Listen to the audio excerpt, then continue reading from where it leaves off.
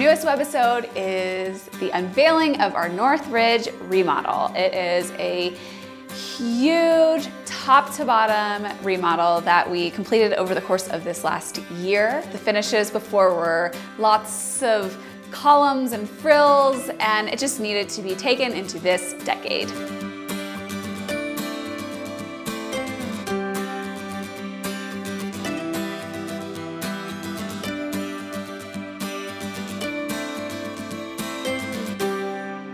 You walk into the entry, you're greeted by these sky-high ceilings, and the before was just gaudy. There was this weird ledge detail crown, I don't even know what you call it, around the front door, and then the staircase was very spindly. It had a kind of a grandma look, I think, and it just didn't feel appropriate for the home. It's not a historical home. It was just overly traditional for our client's personal taste. So we streamlined it and changed the materials for a really big change.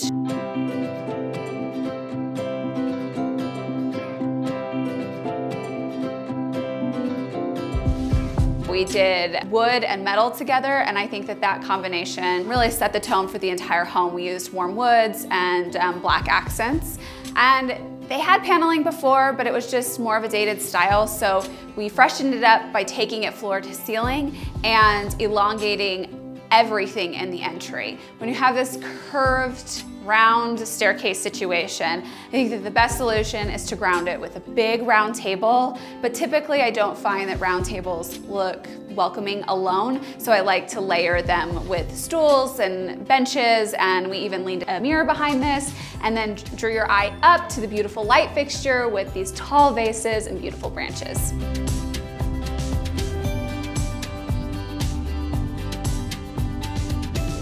The entry opens up to the dining room. This layout didn't change, but the finishes sure did. You can see we have this really cool artwork in the entryway. It's kind of this abstract landscape, and it has this great blue tone in it.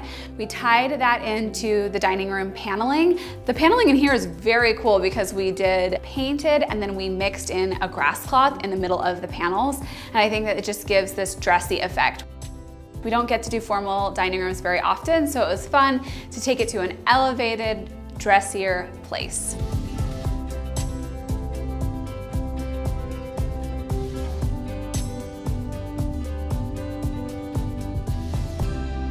Moving into everyone's favorite room of the home, the kitchen.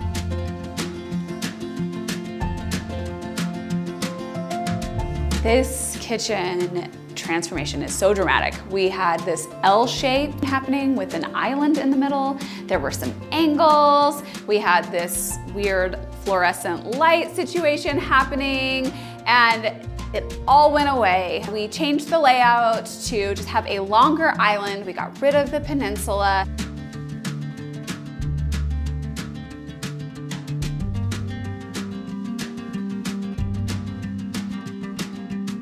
One big change is the ceiling height. The ceilings before were a bit low, and we wanted to use that fluorescent lighting tray to gain some ceiling height. So we knocked that out and then discovered that we had two massive structural beams. So we all decided that it was better to raise the ceiling, get that height, but then come up with a creative solution to hide those beams. So we wrapped them in a stained wood and carried those all the way from the nook into the kitchen.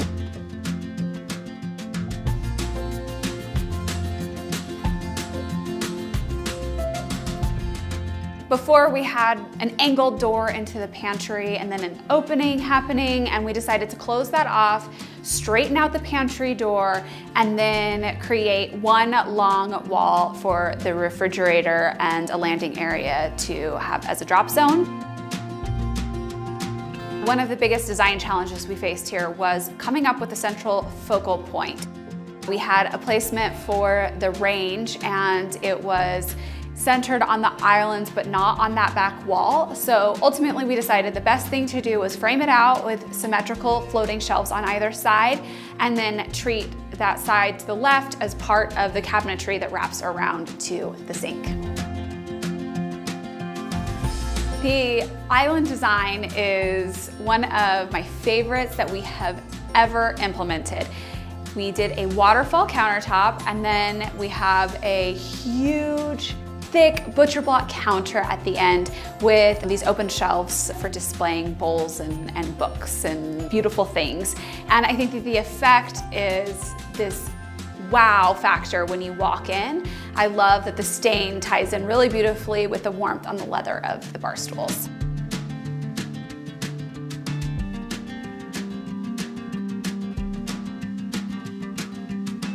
When going through the remodel process, we ended up with a long stretch of open space in the kitchen nook. So we decided to continue the cabinetry and make a really cute window seat.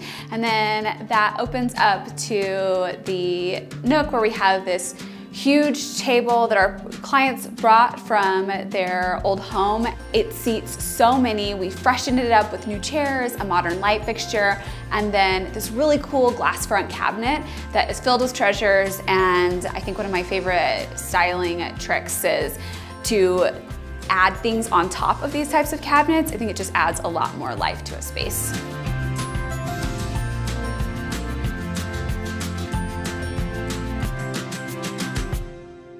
The family room and living room underwent a huge change spatially. There used to be a wall separating them. The fireplace stayed in the same location, but you see where those two built-ins are, those got knocked out to allow for this grand two-sided fireplace with a formal living room and a more casual family room.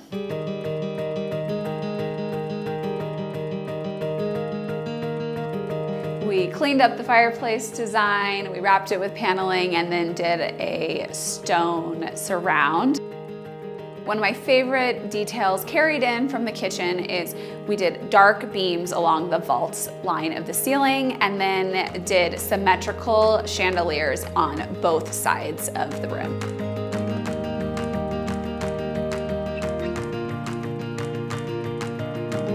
On the TV side of the room, we had a lot of space to work with, so we were able to create a great gathering area with a sofa and chairs, and then we could build back, so we were able to do a console and then layer stools underneath that, and then put a tree in the corner to add height and life in the back of the room. We get asked a lot about how we hide our cords with floating lamps on consoles when you have living room setups like this. So if you're remodeling or you're building a new home, my biggest tip is to put a floor outlet in your living room, kind of at the back side of where your sofa would go or under where your sofa belongs, because it makes such a difference to be able to put a floor lamp and then not have the cord dragging along the pathway so someone could trip over it. We've mixed a lot of materials here, which you know is one of my favorite things to do. We have a leather chair mixed with wood and woven elements. I love this deep blue sofa, and then a soft neutral rug. And then the color palette is really rich and warm. We have terracotta hues, textural embroideries, blues and grays and creams working really great together.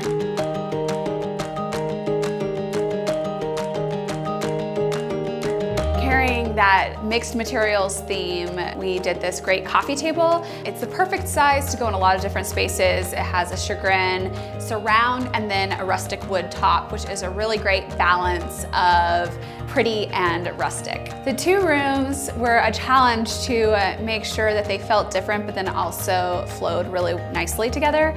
We kept a consistent color palette in both, so we have these warm tones, a bit of ochre, which I'm loving right now, blue accents, and then I think we took this front room into a dressier place. We did that by incorporating brass and marble and a bit more shine, and the textures are a bit more formal.